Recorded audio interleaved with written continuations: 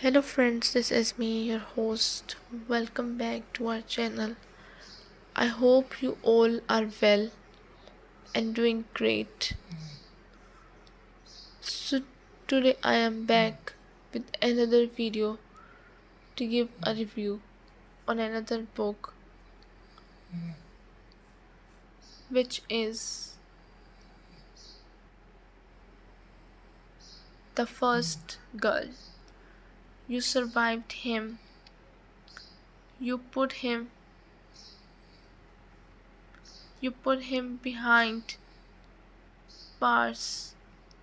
Must face him again.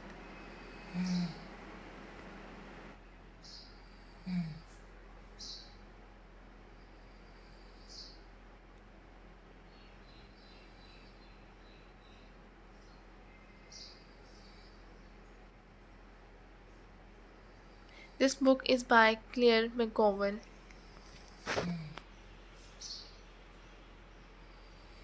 The first time I ever laid eyes on Aaron Hughes, I had a sense that he would change the course of my life. A shiver along the spine, a hint of the horror to come as rain ran down the windows of the prefab classroom on a wet Tuesday in September.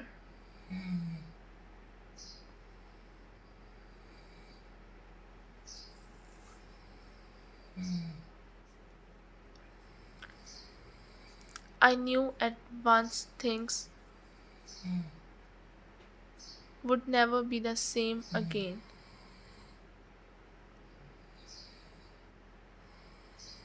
I just didn't know how.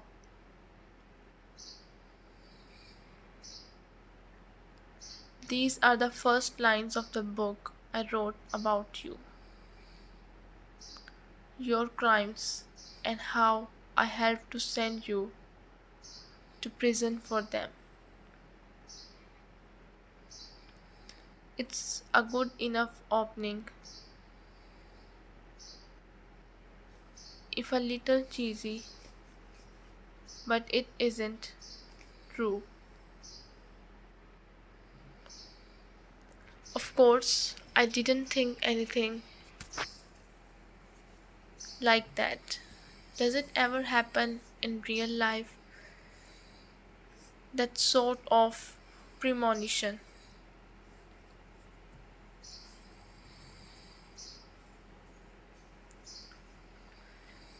Such a foreshadowing of doom. It didn't for me. The first time I saw you, you walked into double maths in my school in a small town near Doncaster, in a small town in the north of England. And I thought very little of it.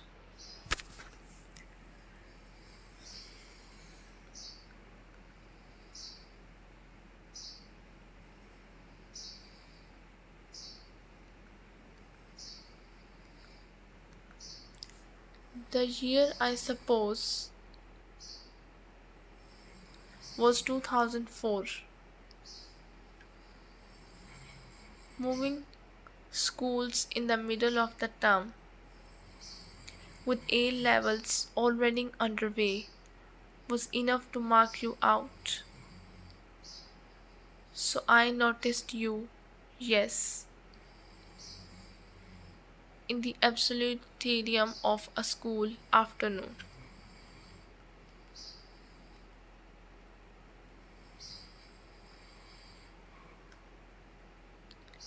I can't actually recall the day of the week or what the weather was like. Any distraction would do.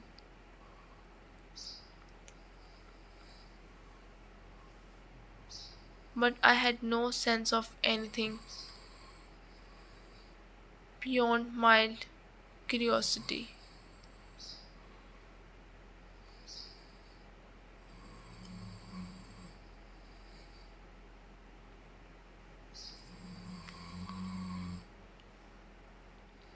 You were a tall, skinny boy with long, lank hair in a ponytail.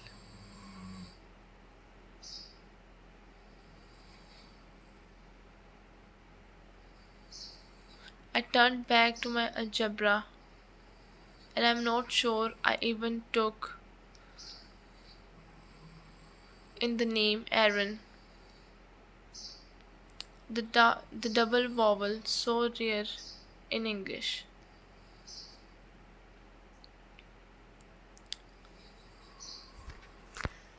A biblical priest, just a boy.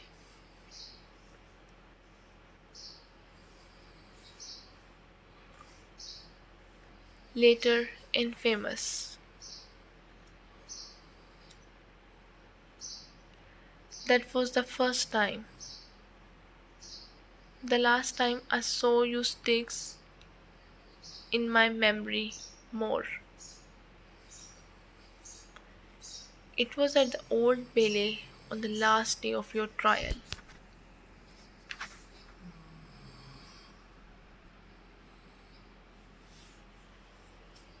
Had I had been sequestered until I gave my own evidence,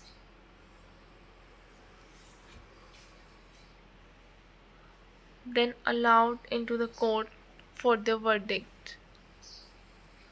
To hear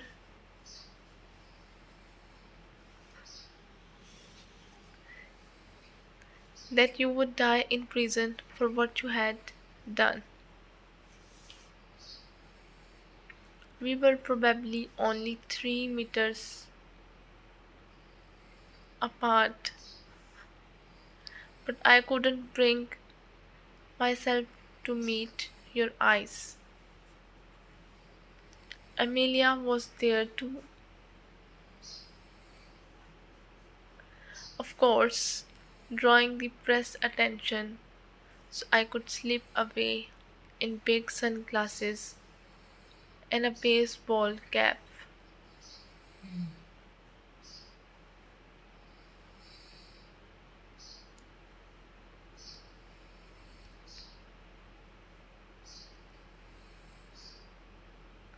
Did you need something? I am meeting someone. I'm sorry. You just look like someone I know.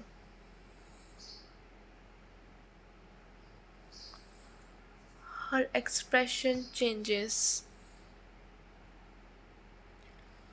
Oh my god, you are her? Aren't you? You are back?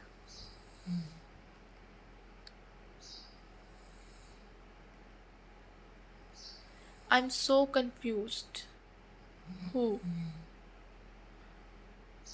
She was my sister. I don't understand because this girl can't be more than 18. And Jen didn't have a sister. Unless you count me.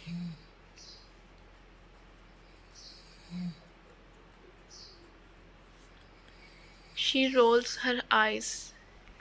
We have the same dad. I was born after she died, obviously.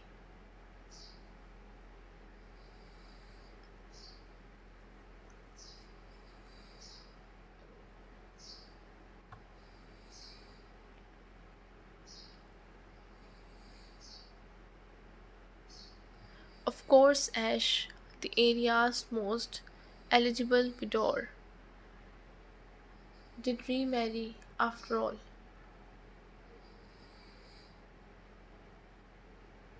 But not my mother.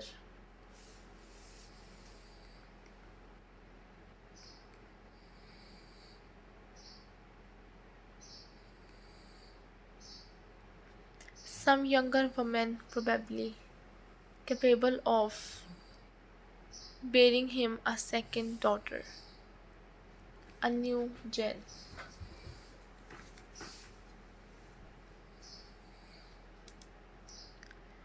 Her name tag reads Rosalind.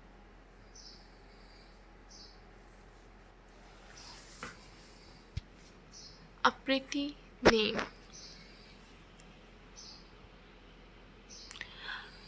I wonder if she lives in the same house with the pony paddock, if she sleeps in Jen's pink princess bedroom.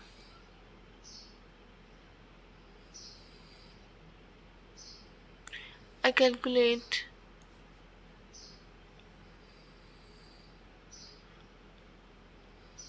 I calculate how old Ash must be now.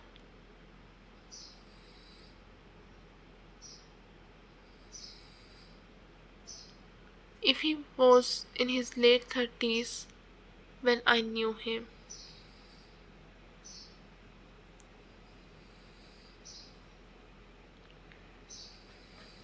If this girl is 17 or 18.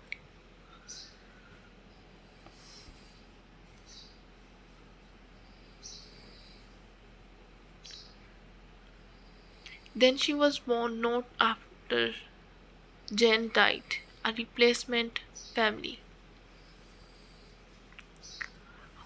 God, she really looks like Jen.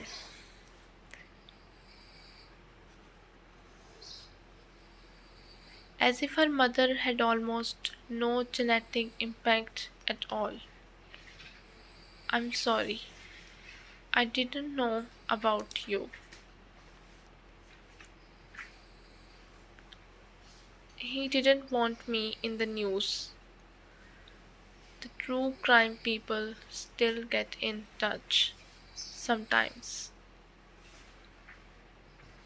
You are here because of that missing girl.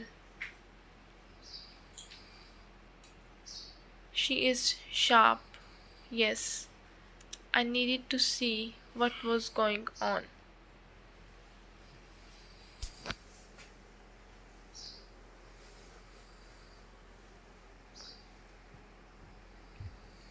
She is sharp. Yes, I needed to see what was going on. And you have your book coming out too. Yeah, but that's not why. But that's. She gives me a skeptical look. Will you tell your dad I'm in town and I don't know if he had want to see me or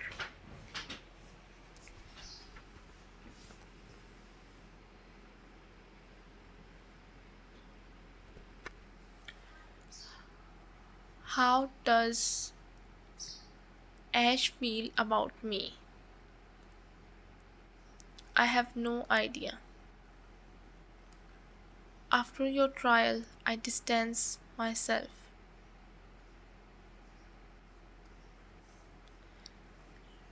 Running from the idea that Jen might be alive if not for me.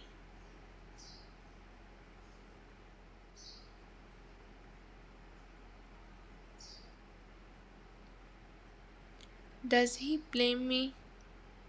Does he think I should have known what you were? I will ask, but I don't know what he will say.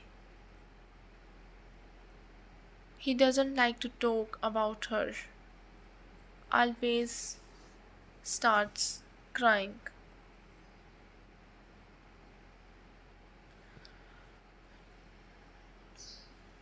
Do you mind if I ask? I'm sorry, what's your mom's name?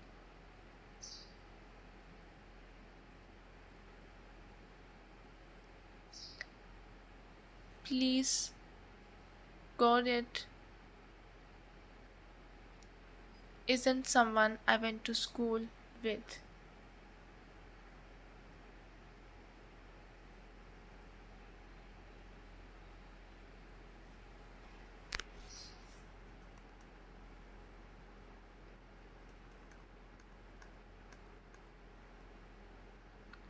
My body is flooded with stress, rooting me to the spot and jamming my tongue to the roof of my mouth.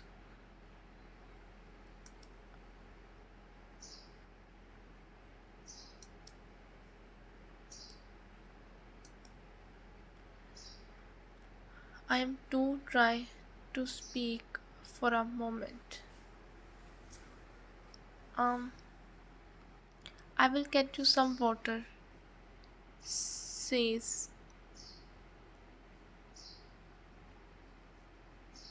Sandra, disappearing down the corridor.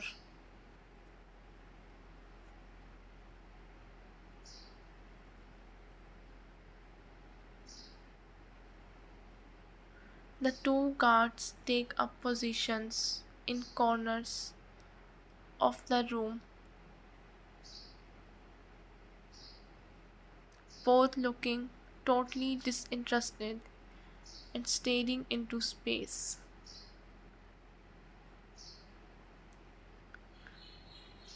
The male one is picking at his nails.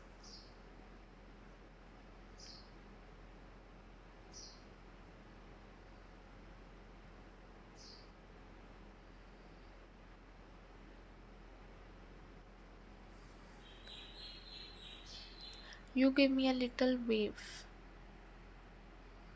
I am going to bite. Car, it's just me.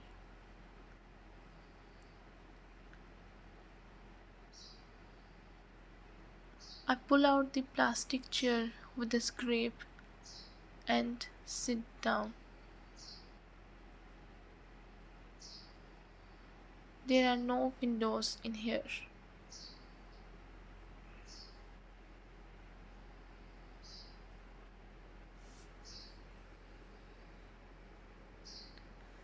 Nothing but the table and chairs. Hi. You search my face. You look good. All grown up. Makeup and highlights. Botox yet? You don't need it.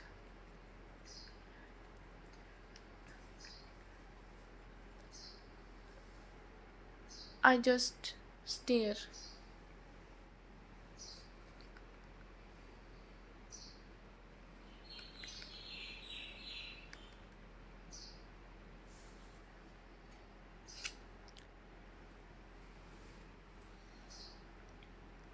You wave a hand over your own face. I know, I know. Prison isn't the best purity regime.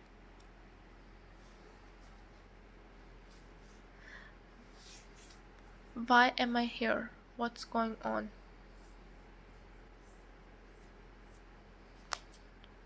You smile straight into it. No, car. It doesn't work like that. First, we talk.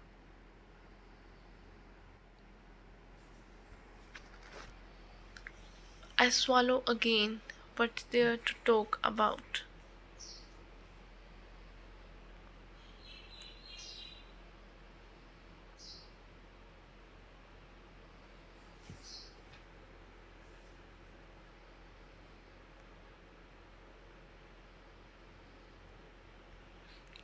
Well, the last time I saw you,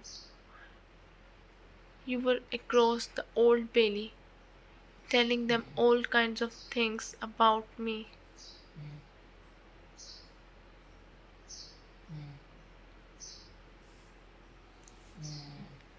A splash of blood on my shoe once, cut on my hands, the symbol.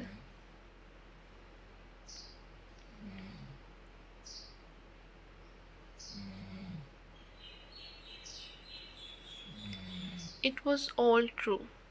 I can't look at you, so I look at my own hands.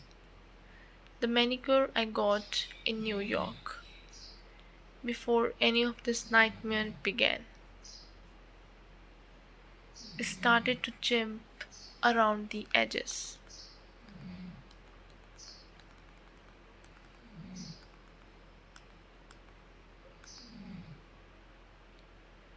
still a bit of a shock that it was you who called them.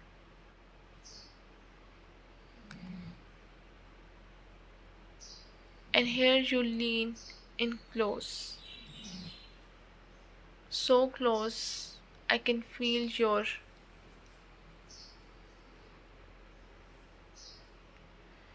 breath on my skin,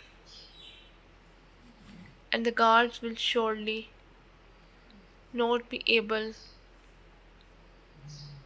to hear your intimate whisper.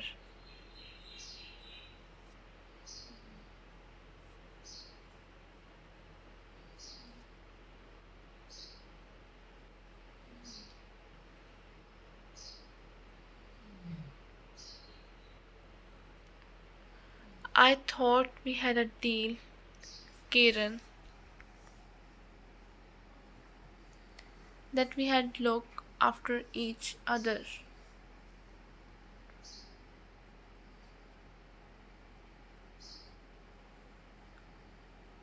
I speak at normal volume. I don't know what you mean. What deal? What do you mean?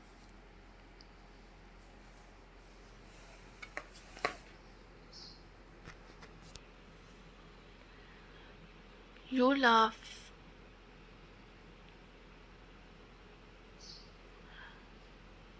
I know it's hard to let go of the story you have been telling yourself for 10 years, but you will.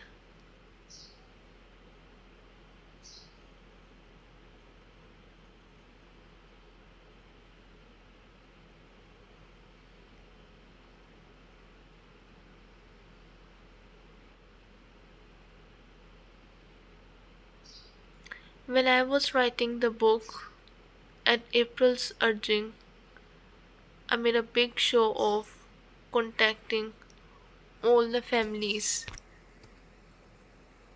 telling them what I was doing. Amelia was furious, having her own TV project in the works.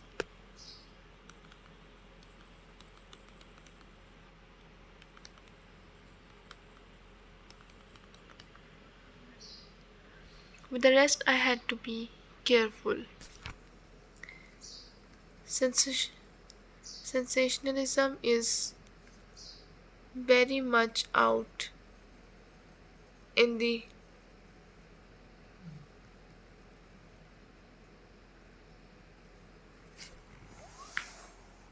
true crime world now. It's all about sensitivity, focusing on those who died, their lives, bringing dead girls to life, their breathing reality, and how that was taken from them.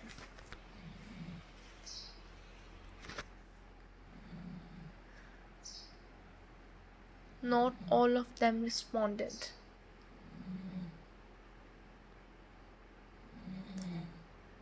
Not all of them were happy to hear from me.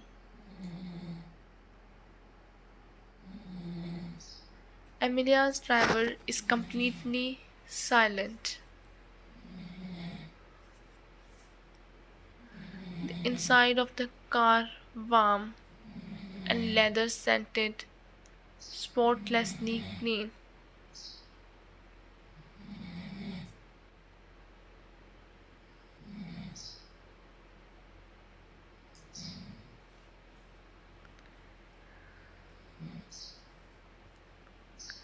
There are phone chargers and the bottles of water in the back pockets.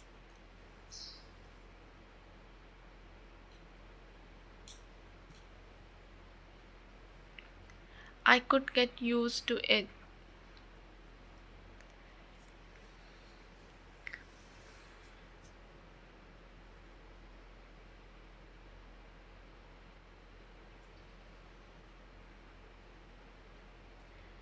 Amelia spends the entire time stabbing at her phone with her pointy nails, one earbud occasionally leaking tiny music as she scrolls through social media.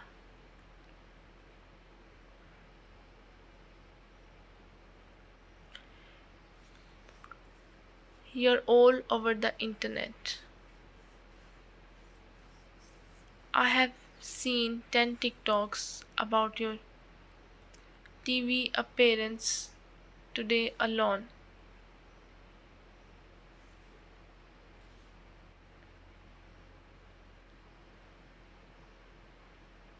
How nice for me. They are saying maybe he didn't do it.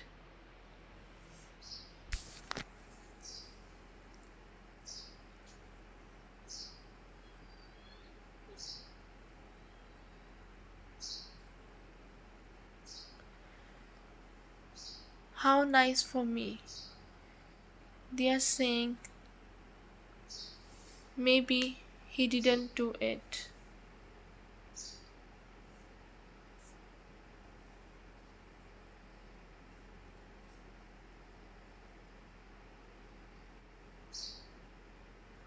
Do you think it was him?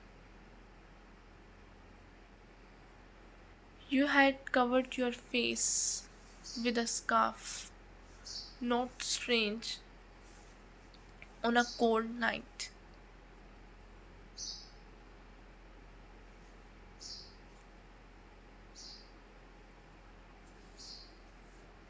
So she only saw your eyes in the dark, heard your voice, which we know from previous cases you were good at disguising, affecting an accent from somewhere else in the north.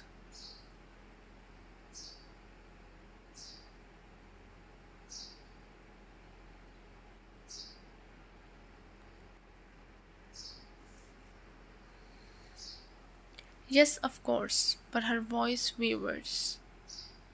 And I know she's having the same creeping doubts as me. Can you trust your eyes, your own memory? This is exactly what you wanted. I think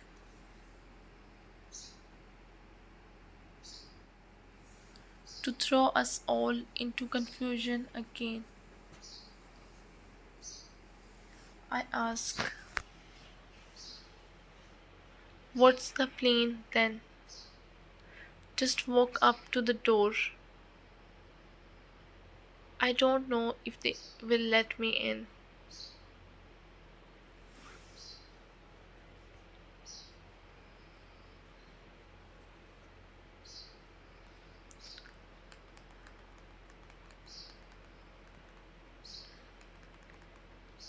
They are expecting me. They are more than happy to talk about Catherine.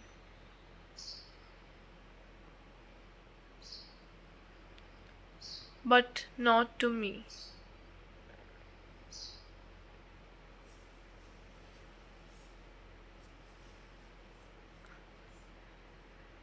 I didn't say you were here. But I think if we tell them what's going on, you know, with the symbol and all, they will talk to you.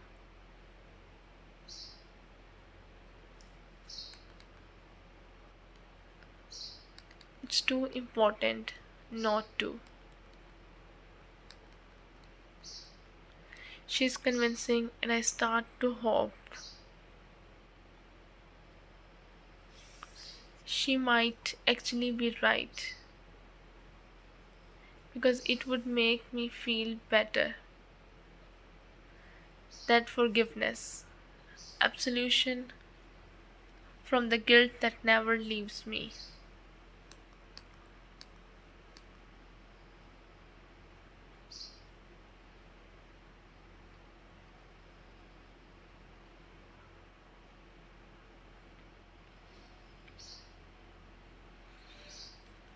Amelia throws me a look. This was your idea, remember?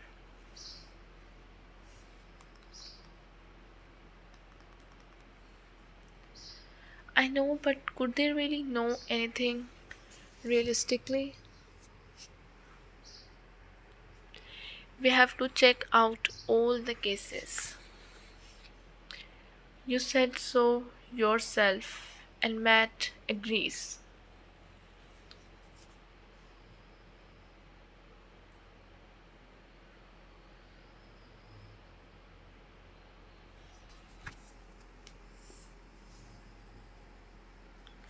We have to check out all the cases. You said so yourself, and Matt agrees.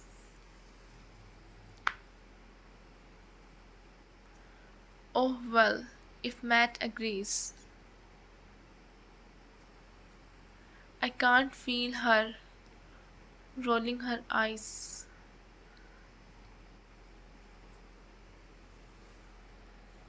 What is the matter with you? You think I want to be here in this freezing cold country where apparently even an hour of proper light a day is too much to ask for.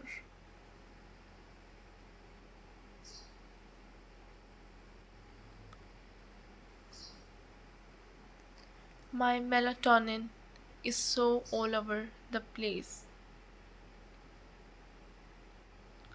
I'm gonna need to buy a sad lamp.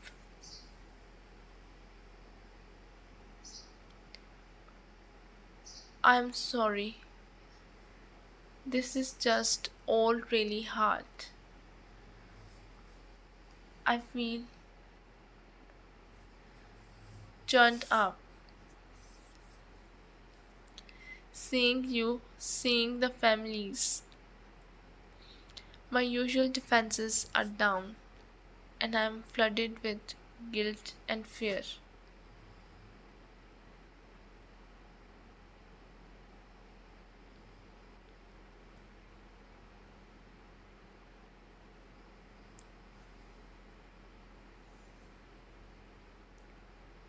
How do you think I feel?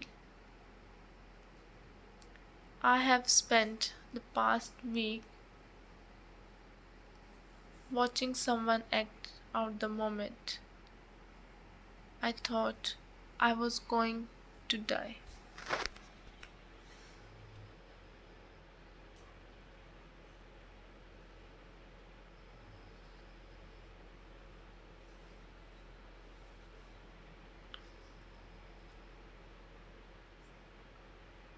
I have spent the past week watching someone act out the moment I thought I was going to die. Her hands rest on her stomach, unconsciously perhaps. The plastic surgeons did a good job, but Amelia will always carry your marks.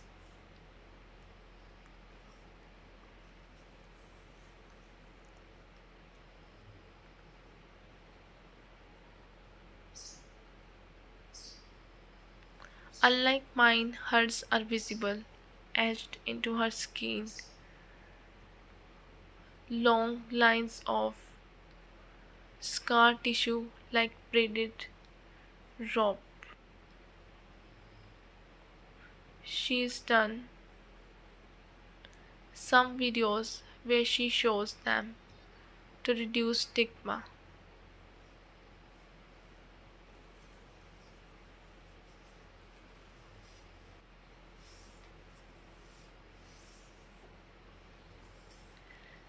Since you didn't finish with her, the symbol cannot be reconstructed from her stomach.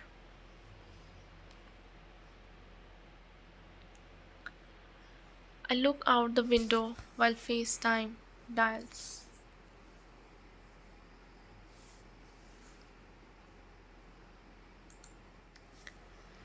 I am hoping it won't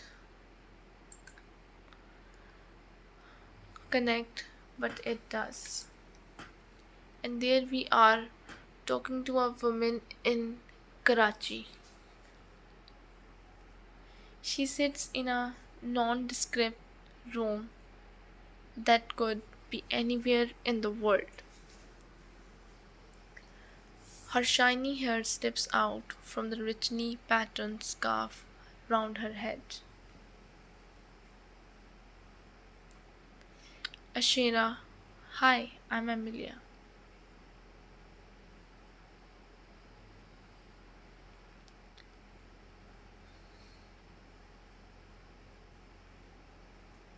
Roshana's older sister, 20, when her sister died.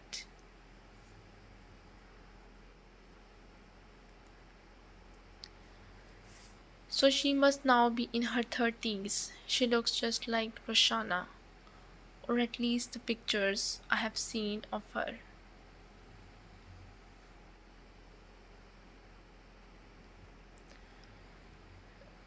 Huge dark eyes, pretty. Hello, Amelia. Can you hear me?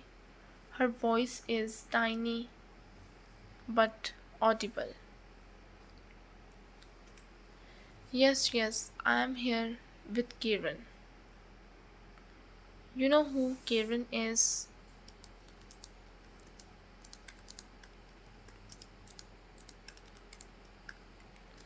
Yes, no tone to that word.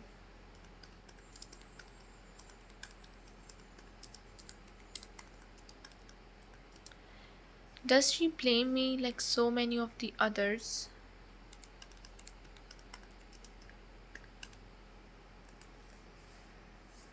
Ashira, we don't want to make you relieve any trauma.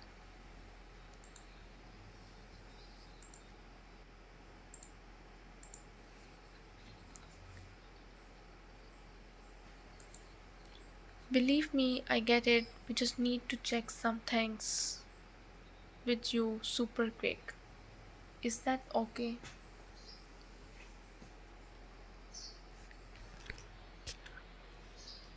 How did you get on with Matt?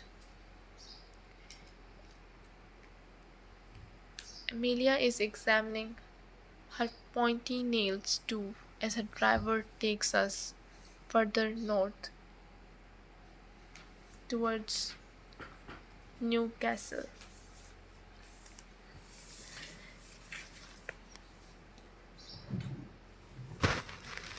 They have they have been read redone in a slightly different shade of nude. I still hate them. He's good at what he does. Puts people at ease. You think he's cute? Her voice is deceptively casual.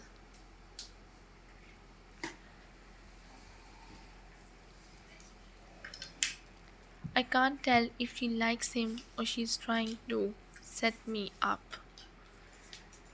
I'm not exactly thinking about that right now.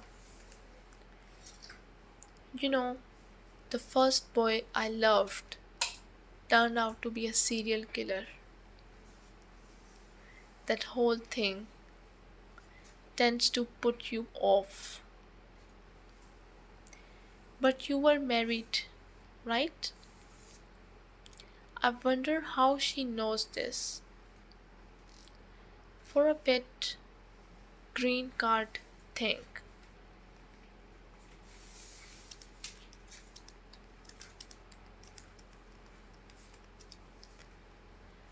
Which does a disservice to Santiago, but I will never stop feeling bad when I think about our marriage and divorce.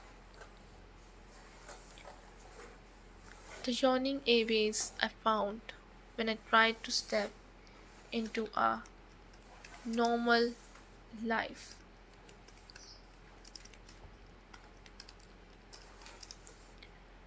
When I realized no other man was like you.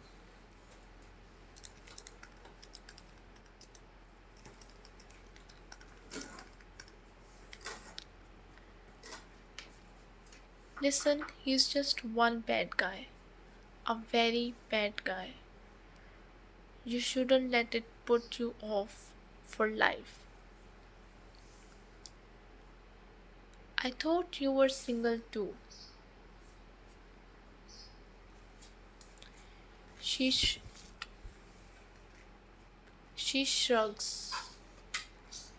I'm only 32.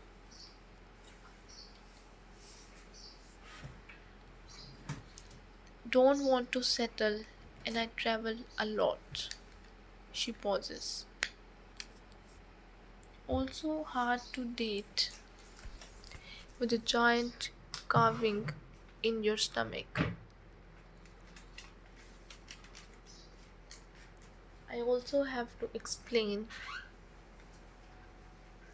I am that girl and the whole thing just gets messy.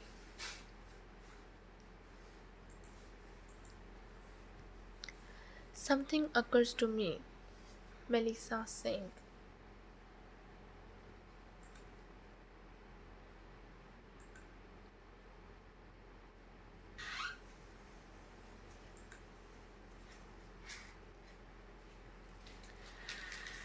He was always sending things, flowers and gifts.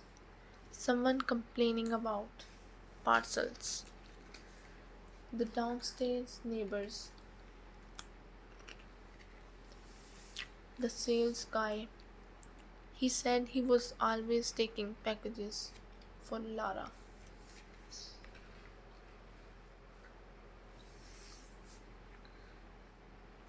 Did you check if he was holding any for her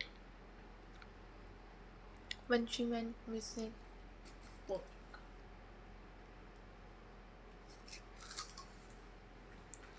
He freezes. Surely he should have told us if so. That guy, you think? Donati swears and starts to move off. I call after him.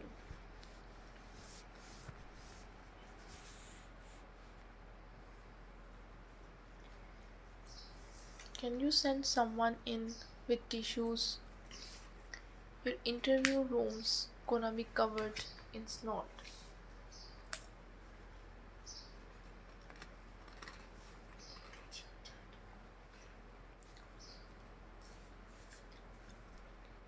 You knew? Had a lunch? It's often the person shouting the loudest that has the most to hide.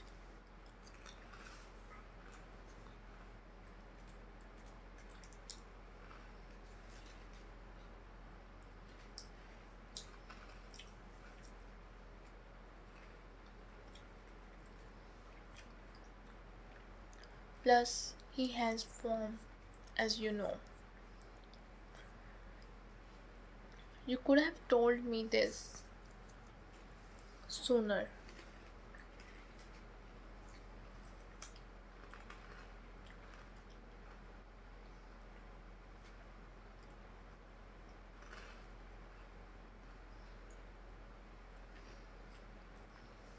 So that Lara can be rescued from wherever he's holding her. If she is alive, but you have nothing to gain from that.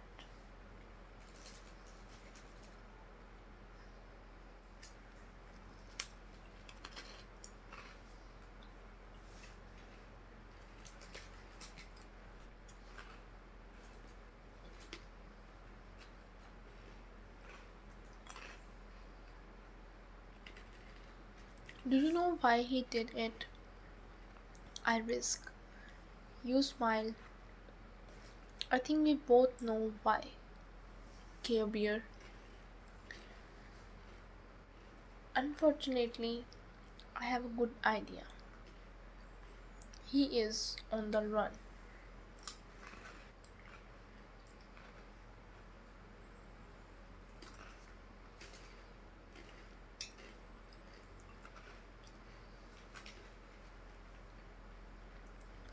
The police have stationed an officer outside our house, which Arlene dubbed a lot of fuss about nothing.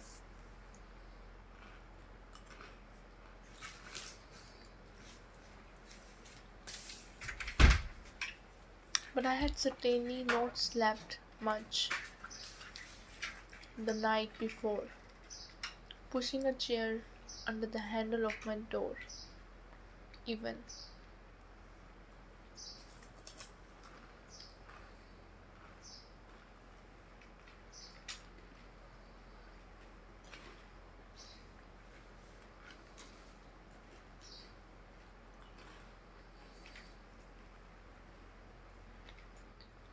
I remember the way Gareth looked at me in the station, pure loathing.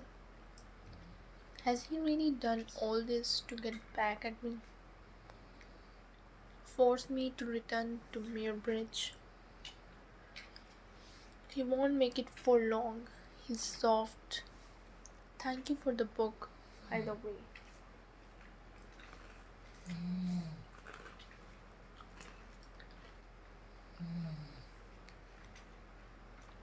I gulped. You got it then. I did some nice writing. You could always spin a sentence. I'll wait. So you went with the story that my dad told you. I was home that day and you just believed him.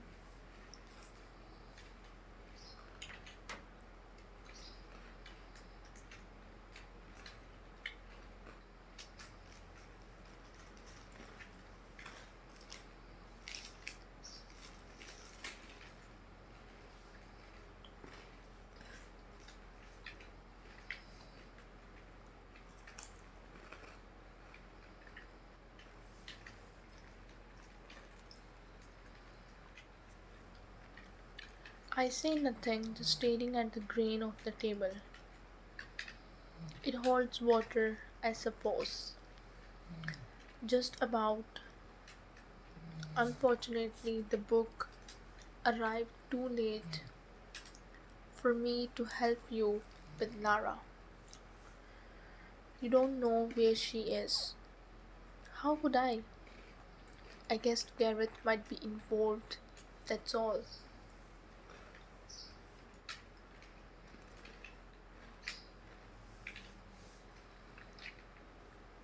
So I did all this for nothing? Then you say, of course, I did ask you to do a few other things for me. I suppose that could help jog my memory further. So, what did you find out for me? What's your conclusion about the old cases, detective? Nita Chaudhary, I say. You smile wider. I think that's the one that doesn't fit. I need the police to check it out still.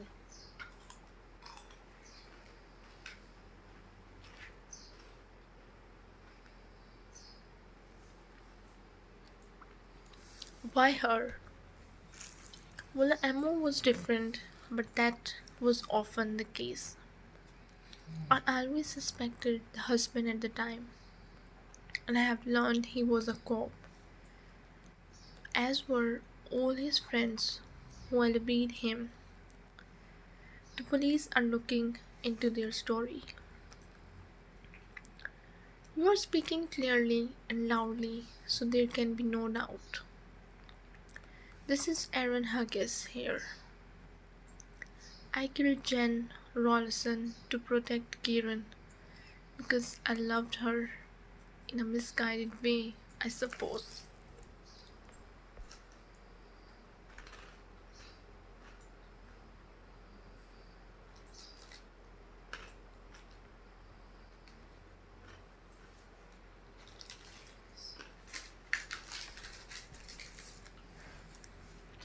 The irony is, I didn't even need to. At the most, Kaden would have got a caution for what she did. Jen was barely hurt, just a cat fight between girls. But here we are. I am the Bagman and I am responsible for the death of Jen Rollison. Me alone. Oh, and the other woman too. Not Nita Chaudhary. I would look at her husband again if I were the police. But the rest I did, I killed them.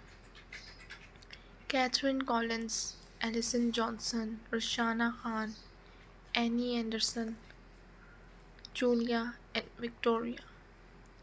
I tried to murder Amelia Han and a few other women who never came forward and likely don't know they had a lucky escape. I don't think I can even say sorry because what would that mean? I don't know why I did it, why I kept going after I had done it once to Jen. I don't understand what's inside of me any more than the rest of us do, but this is the truth. Then there is more noise and the metallic noise of radios and a loudspeaker booms. This is armed police. Everyone there, put your hands up. Donati must have followed the clues, sent help. Oh shit, yells Gareth, diving into the undergrowth with his knife. You turned to me. You and I could always say what we needed to in the space of 1 second, one look. Just like all those years ago in the police station. The heartbeat that divided my life in two.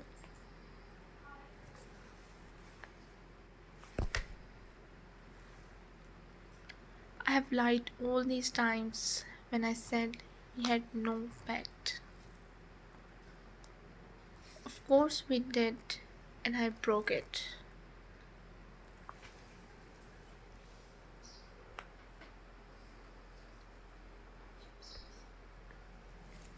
The pact that any two people have when they know each other, when they love each other, when they see each other, without lies.